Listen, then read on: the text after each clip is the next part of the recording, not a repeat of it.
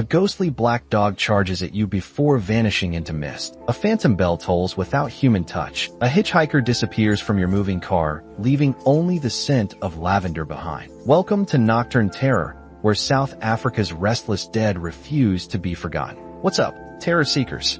Welcome back to Nocturne Terror, your portal into the paranormal. Today, we're exploring South Africa's most haunted locations, from the 17th century Castle of Good Hope where Lady Anna's ghost still attends ballroom events, to Kimberley's abandoned mine tunnels where a headless miner searches eternally for his missing skull. These aren't just stories, they're documented encounters that have left even the most hardened skeptics questioning reality. I've personally investigated these locations, and what I've captured on camera will make you question everything you believe. Turn up the volume and prepare to face South Africa's most persistent spirits.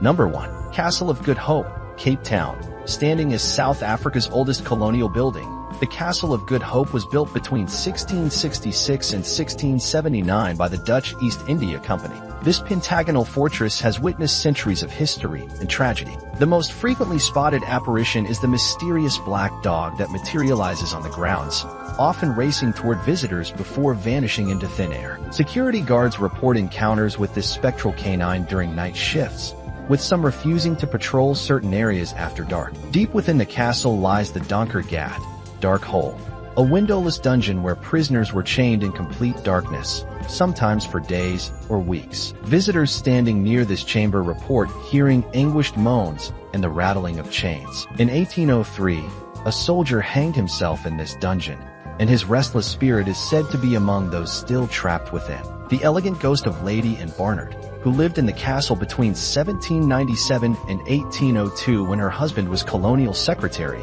is often seen in the ballroom. Staff members have witnessed chandeliers swinging without cause during castle events, believed to be Lady Anna's way of participating in the festivities. She appears most often during full moons, dressed in a flowing blue gown, her figure transparent but recognizable. Perhaps most disturbing is the castle bell, which occasionally rings on its own. Legend states that the bell was once rung by a guard who committed suicide by jumping from the ramparts. Now, when the bell tolls without human assistance, it's considered an omen of impending doom.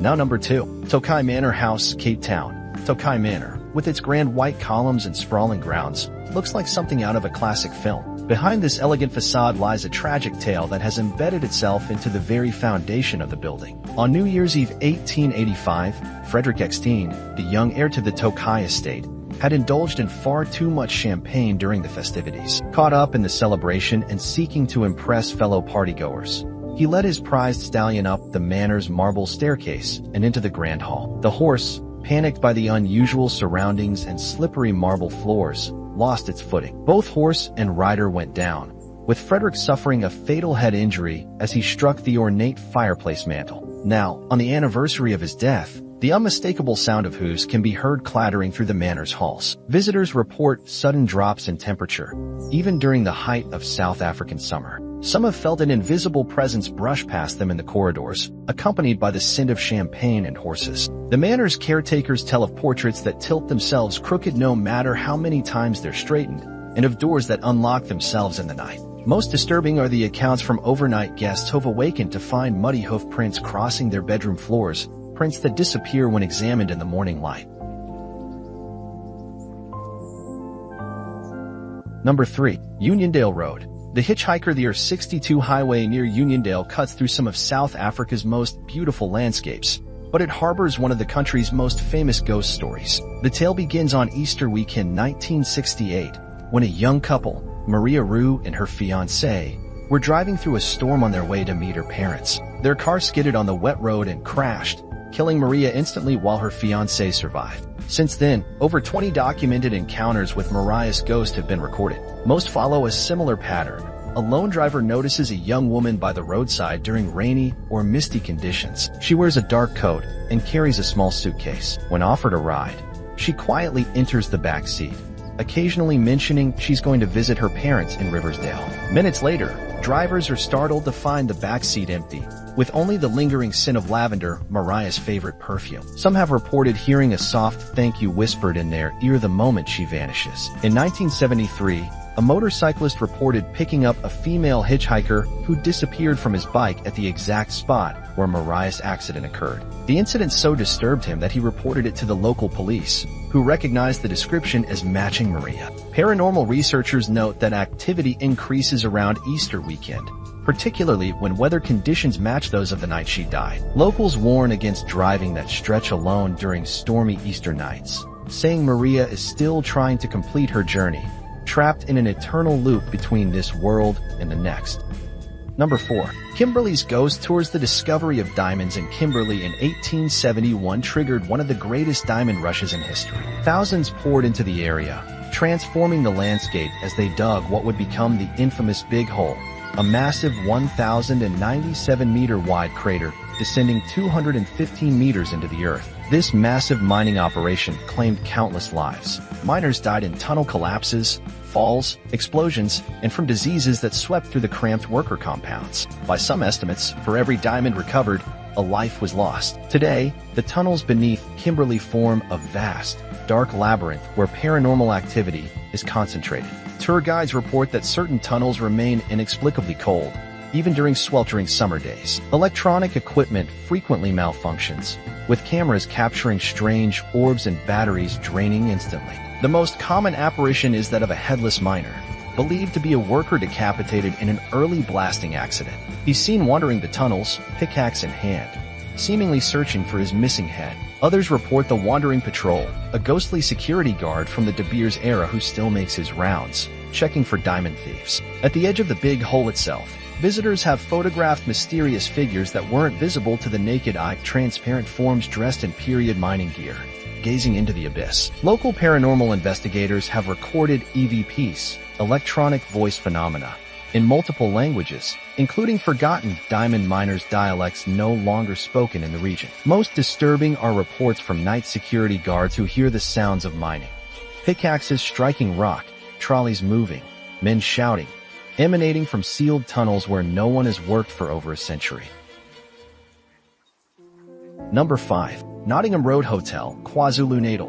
Nestled in the rolling hills of the Midlands, the Nottingham Road Hotel has stood since 1854, originally serving as a staging post for the Royal Mail. Its most famous resident isn't among the living. Charlotte, a barmaid who worked at the hotel in the late 1800s. Charlotte's story is one of ill-fated love. She fell deeply in love with a British officer stationed nearby, who promised to marry her. When she discovered he was already married with a family waiting in England, her heart shattered. Different versions of the legend claim she either threw herself from the balcony of room 10 or died of a broken heart in that very room. Now, Charlotte's ghost is particularly active around room 10, where guests report waking to find their clothes neatly folded when they had left them scattered. Some have felt the weight of someone sitting on their bed, only to find no one there when they open their eyes. Women staying in the room often find their makeup rearranged or their jewelry organized differently than how they left it. Hotel staff have grown accustomed to Charlotte's presence. They speak of how glasses behind the bar occasionally slide across the counter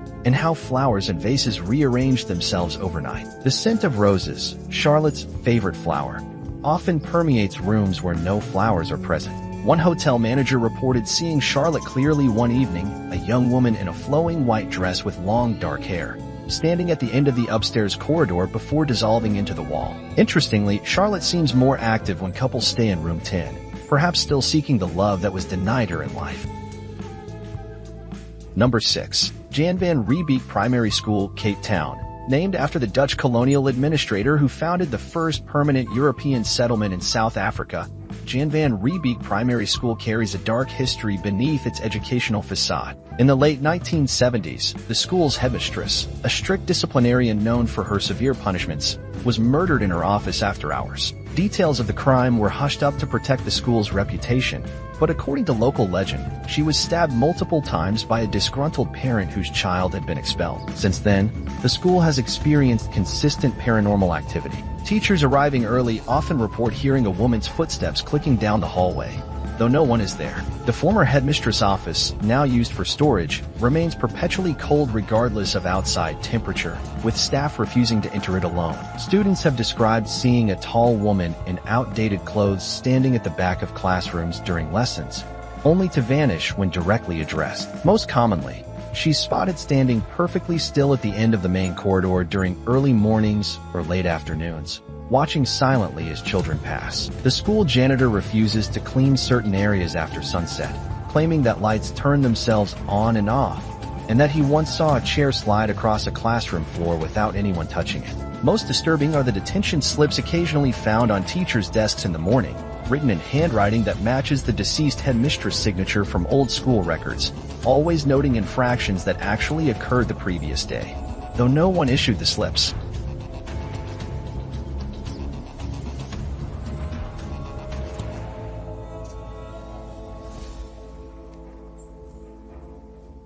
Number 7. Grey Hospital, King Williamstown.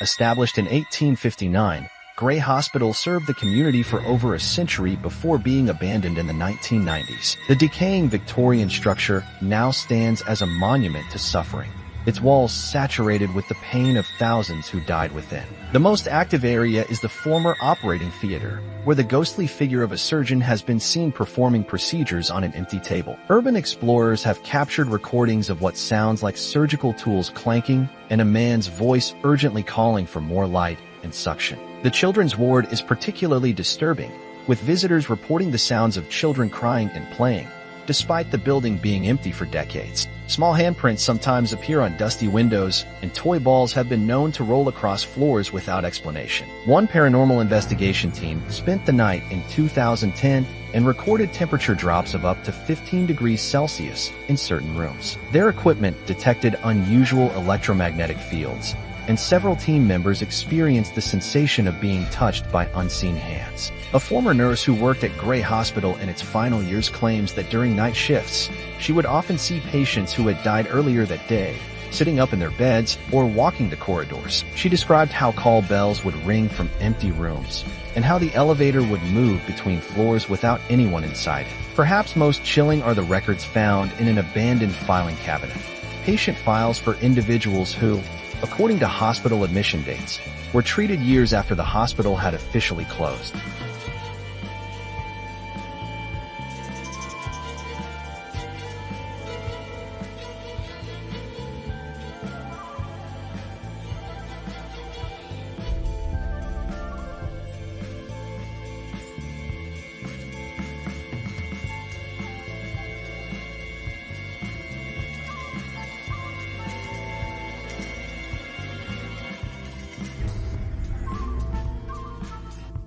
Number 8. Old Presidency, Bloemfontein.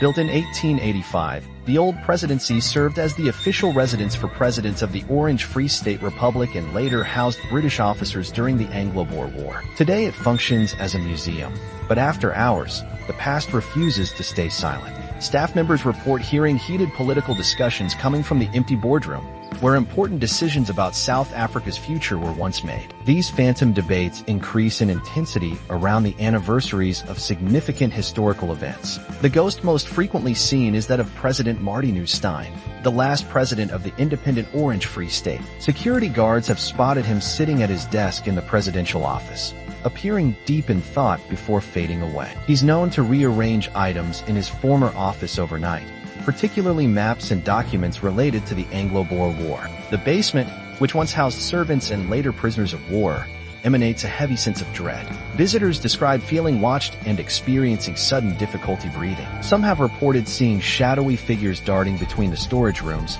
and hearing whispered conversations in Afrikaans and English. Museum curators note that certain artifacts refuse to stay in their display cases. A particular pocket watch that belonged to President Stein is often found open when it was closed the night before. A painting of the building dating from 1890 has been known to show different weather conditions when viewed at different times, sometimes depicting a clear day, other times showing storm clouds gathering. During a recent renovation, workers uncovered a previously unknown room behind a sealed wall. Inside were documents and personal items that had belonged to a British officer who, according to local history, had died by suicide in the building during the occupation. His presence potentially explaining the unexplained footsteps often heard pacing the upstairs hallway at night. Number 9. Lord Milner Hotel, Matjiesfontein. The Lord Milner Hotel stands as the centerpiece of Matjiesfontein, a perfectly preserved Victorian village that appears frozen in time. Built in 1899 by James Douglas Logan, the hotel served as a luxurious sanctuary for British officers during the Anglo-Boer War and later as a convalescent hospital. The hotel's most famous ghost is Lucy, a young card sharper who worked in the hotel during the early 1900s. She reportedly died under mysterious circumstances. Some say she was murdered by a jealous lover. Others claim she took her own life after a gambling scandal. Guests staying in her former room report seeing a young woman in a period dress standing at the foot of their bed, only to vanish when addressed. Lucy isn't alone in haunting the hotel. The ghost of Kate, a young nurse who worked at the hotel during its hospital days, is often seen carrying a lantern through the corridors late at night. Staff members have come to recognize her by the soft clicking of her heels and the smell of disinfectant that accompanies her appearances. The hotel's dining room experiences frequent paranormal activity, with guests reporting seeing figures in Victorian attire seated at tables during off hours. When approached, these figures fade away. Table settings are often found rearranged in the morning, as if an unseen hand had been preparing for guests from another time. The most active area is the grand staircase, where the sound of someone running up the stairs is commonly heard, though no one is visible. This is attributed to a young British soldier who was bringing urgent news about troop movements during the war but collapsed and died on the stairs before delivering his message. During a recent professional paranormal investigation, EVP recordings captured a woman's voice clearly saying "Welcome to my hotel" in an upper floor corridor, a phrase that the owner's wife, Olive Logan, was known to say to guests over a century ago. Number 10. Groot Constantia Wine Estate, Cape Town.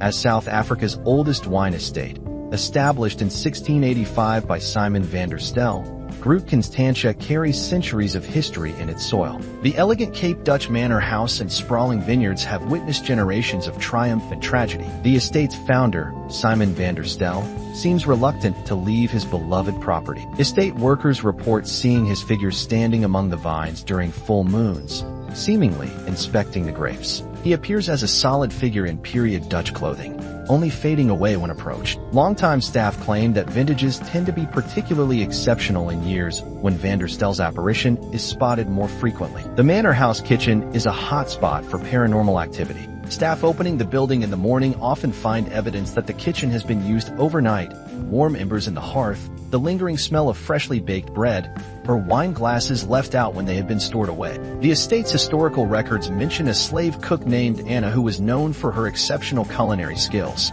Some believe she still prepares phantom feasts in the kitchen she once ruled. In the wine cellar, visitors report sudden cold spots and the sound of barrels being moved, though nothing visibly changes position. Wine tasting guides tell of bottles that mysteriously fall from perfectly secure racks whenever someone speaks disrespectfully about the estate's history or wine quality. Perhaps most intriguing are the reports from overnight security guards who claim to see lanterns moving between the vineyard rows on stormy nights, as if ancient vineyard workers are still tending to the vines during bad weather, protecting the legacy that has endured for over 3 centuries. During the estate's annual Harvest Festival, staff members have reported seeing additional figures in historical dress participating in the celebrations, figures that don't appear in any photographs taken during the event.